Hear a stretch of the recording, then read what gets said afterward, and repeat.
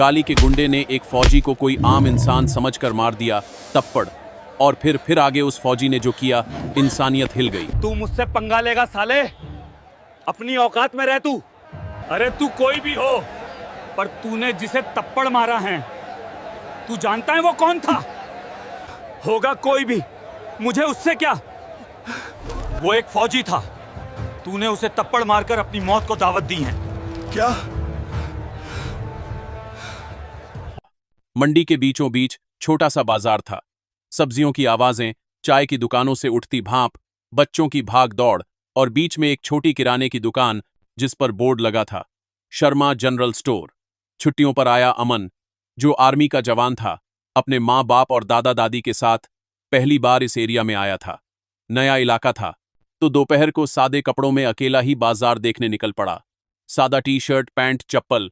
कोई नहीं कह सकता था कि यही लड़का सरहद पर खड़े जवानों में से एक है। अमन उसी शर्मा जनरल स्टोर पर पहुंचा। शांति से काउंटर के पास जाकर बोला, एक ब्रेड, 2 दूध के पैकेट और चाय पत्ती दे देना। दुकानदार ने मुस्कुराकर सिर हिलाया और सामान निकालने ही वाला था कि तभी दुकान के साइड से एक तेज आवाज आई, ओए शर्मा, पहले इधर देख।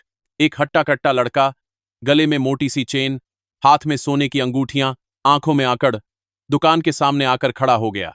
साथ में 2-3 और लड़के जो उसके इर्द गिर्द घूम रहे थे। पूरे मोहल्ले में वह राजू भाई के नाम से बदनाम था।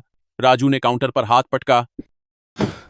पहले मेरे लिए सिगरेट, कोल्ड ड्रिंक और जो भी अच्छा सा है सब निकाल।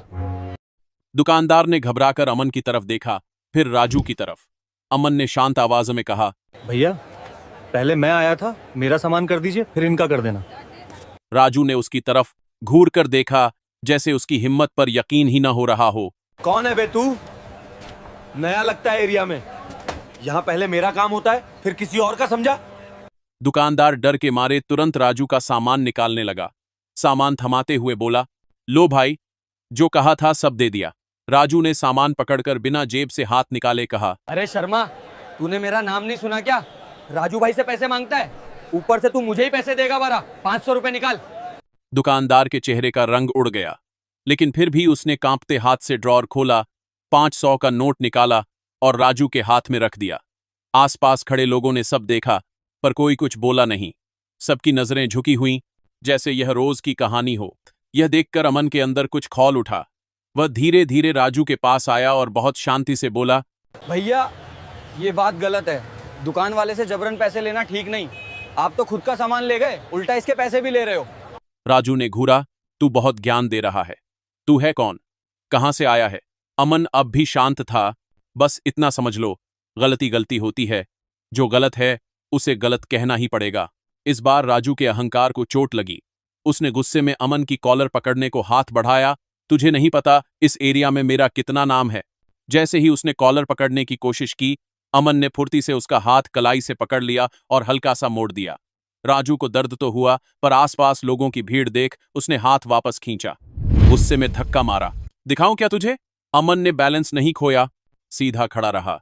उसने भी एक हल्का सा धक्का वापस दिया, इतना कि राजू पीछे लड़खड़ा कर जमीन पर गिर पड़ा। आसपास के लोग एक पल को हैरान रह गए। किसी ने सोचा भी नहीं था कि कोई खुलेआम राजू भाई को गिरा देगा। राजू उठ तो गया, लेकिन इस बार उसने कुछ नहीं कहा। उसकी नजरें भीड़ पर घूमी। बहुत से लोग अब उसे देख रहे थे। कुछ के चेहरे पर हल्की सी मुस्कान थी। वह अपना ईगो निगलते हुए बस इतना बोला, आज के लिए छोड़ रहा हूं तुझे, लेकिन कल देख लूंगा, और अपने साथियों के साथ गंदी नजर डालते हुए वहां से निकल गया। दुकानदार ने डरते डरते अमन की तरफ देखा। भैया, आपने ठीक नहीं किया, अब ये चुप नहीं बैठेगा। अमन हल्का सा मुस्कुराया। गलत के सामने चुप रहना सबसे बड़ा डर होता है शर्मा जी। किसी को नहीं पता था कि यह साधारण दिखने वाला लड़का असल में फौजी है, जिसने सीमा पर ऐसे ऐसे आतंकियों को पकड़ा था जिनके सामने राजू जैसे गुंडे बच्चे लगें। मैदान में उसकी सूझबूझ और हिम्मत की मिसाल दी जाती थी। यहां बस फर्क इतना था कि यूनिफॉर्म नहीं थी, पर खून वही था जो अन्याय देखकर खौल उठता है। अगली सुबह अमन अपने दादा दादी को साथ लेकर बाजार गया था। कुछ जरूरी सामान लेना था। दादी धीरे धीरे चल रही थीं, दादा उनका हाथ थामे हुए। बाजार की भीड़ थोड़ी कम थी, क्योंकि अभी सुबह के 9 ही बजे थे। अमन ने सोचा, शांति से सामान ले लेंगे, घर लौट जाएंगे। लेकिन किस्मत को कुछ और ही मंजूर था। जैसे ही वे मुख्य सड़क पार करने वाले थे, सामने से 3-4 मोटरसाइकिलें आकर रुकीं। हर बाइक पर 2-2 लड़के, कुल मिलाकर करीब 8-10 जवान। बीच में खड़ा था राजू, काला चश्मा चढ़ाए, गले में वही मोटी चेन, चेहरे पर बदले की हवा। उसने अमन को पहचानते ही मुस्कुराकर कहा, अरे वो कल वाला हीरो, आज दिख गया तू मुझे। दादा दादी घबरा गए। दादी ने धीमे से पूछा, अमन बेटा, कौन है ये लोग? अमन ने शांत आवाज में कहा, दादी आप दोनों साइड में खड़े हो जाइए, कुछ नहीं होगा। राजू और उसके साथी धीरे धीरे उन्हें घेरने लगे। राजू ने तालियां बजाईं, वाह, आज घर वालों को साथ लेकर आया है। चलो अच्छा है, उनके सामने ही तुझे सबक सिखाता हूं। दिनीज हर के पार। अमन ने एक लंबी सांस ली। उसने दादा दादी को पीछे की तरफ खिसकने का इशारा किया, फिर सीधा खड़ा होकर राजू की तरफ देखा। आवाजों में अब भी कोई डर नहीं था। राजू भाई, मैंने कल तुम्हारी कोई बेइज्जती नहीं की थी, बस गलत को गलत कहा था। अब भी वक्त है, तुम जाओ अपने रास्ते। राजू जोर से हंसा, देखो इसे, अकेला है, घिरा हुआ है, फिर भी सीख दे रहा है। तुझे पता नहीं मैं कौन हूं? अमन ने शांत स्वर में कहा, पता है, छोटे मोटे गुंडे हो, लेकिन तुम्हें नहीं पता मैं कौन हूं। इस बार राजू का पारा चढ़ गया। उसने अपने साथियों को इशारा किया, पकड़ो इसे। 2 लड़के आगे बढ़े। पहले ने कंधे से धक्का मारने की कोशिश की। अमन ने बाजू से उसका हाथ पकड़ा, घुमाया और उसे जमीन पर पटक दिया। दूसरे ने पीछे से पकड़ने की कोशिश की। अमन ने कोहनी से पीछे मारा, लड़का दोहरा हो गया। तीसरा आया, अमन ने पैर से उसकी टांग में मारा और वह भी गिर गया। सारा कुछ इतनी तेजी से हुआ कि बाकी लोग समझ ही नहीं पाए क्या हुआ। राजू अब गुस्से में लाल हो चुका था। उसने खुद आगे बढ़कर अमन की कॉलर पकड़ने की कोशिश की। अमन ने झटके से उसका हाथ पकड़ा, पीछे मोड़ा और एक हल्के से पुश के साथ राजू को सड़क के किनारे धकेल दिया। राजू लड़खड़ाकर गिरा, उठा, फिर चिल्लाया, तू है कौन बे? ये सब कैसे कर रहा है? अमन ने अब तक जो शांति दिखाई थी, उसमें पहली बार थोड़ी सख्ती आई। उसने अपनी जेब से अपना आर्मी का पहचान पत्र निकाला और सबके सामने लहराते हुए बोला, लांस नायक अमन सिंह, इंडियन आर्मी। जिस तरह की ट्रेनिंग मैंने ली है, उसमें तुम जैसे 10 गुंडों को एक साथ रोकना मेरा वार्म अप है। ध्यानसी के कार्य। यह सुनते ही सारे लड़कों के चेहरे पीले पड़ गए।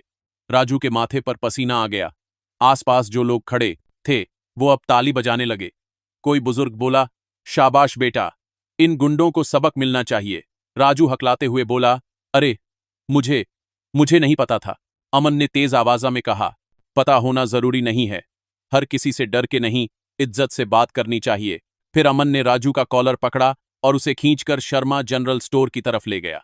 दुकानदार दूर से सब देख रहा था। अमन ने राजू को दुकान के सामने खड़ा किया, कल जो 500 रुपए तूने इनसे लिए थे, वापस कर।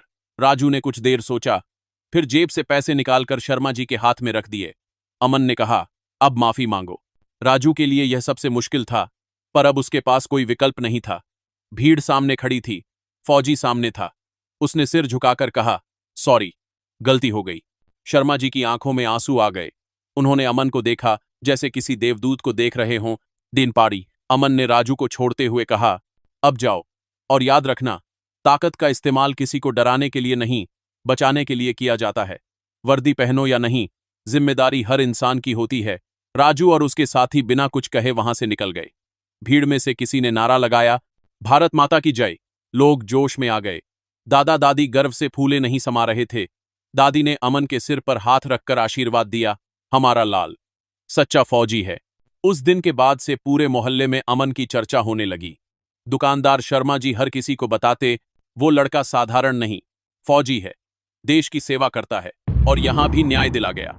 लोग अमन को रास्ते में देखते तो सलाम ठोकते, सम्मान से बात करते।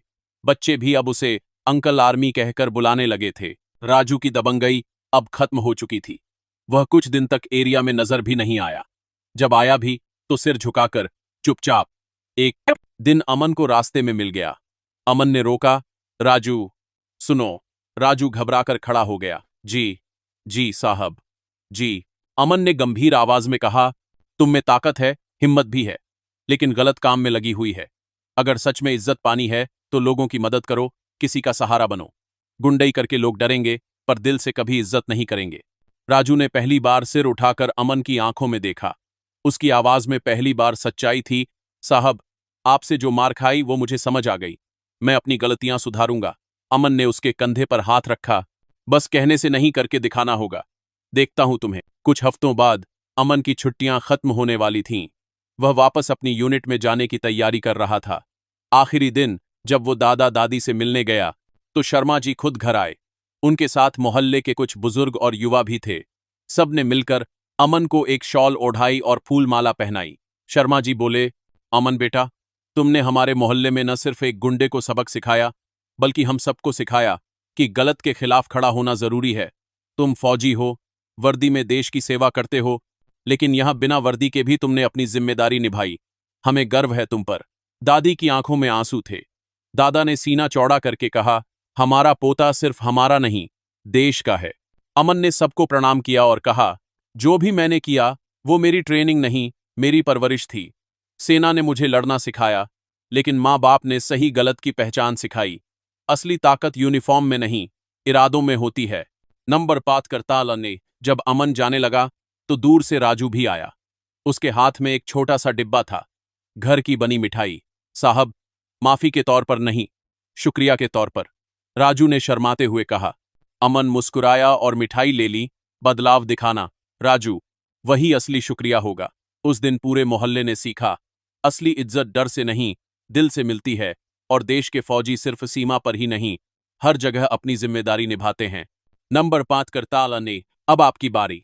कमेंट में लिखो, जय हिंद, जय भारत, और बताओ इस कहानी में तुम्हें कौन सा पल सबसे ज्यादा पसंद आया। क्या राजू का माफी मांगना या अमन का शांति से गुंडों को सबक सिखाना? और हां, अगर आप भी मानते हो कि ताकत का इस्तेमाल सही जगह होना चाहिए तो इस वीडियो को लाइक करो, शेयर करो अपने दोस्तों के साथ, और हमारे चैनल को सब्सक्राइब करना मत भूलना, क्योंकि हर हफ्ते हम लाएंगे ऐसी ही कहानियां जो तुम्हें हिम्मत और सच्चाई का रास्ता दिखाएं। धन्यवाद।